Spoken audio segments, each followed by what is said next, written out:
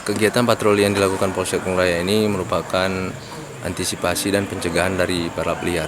Jadi kita menerima informasi dari masyarakat bahwa ada di beberapa tempat itu berkumpulnya anak-anak remaja dengan menggunakan motor yang knalpot brong. Jadi di beberapa titik lokasi tadi kita mengadakan razia serta patroli dialogis sebagai pencegahan, termasuk dengan menertibkan knalpot brong.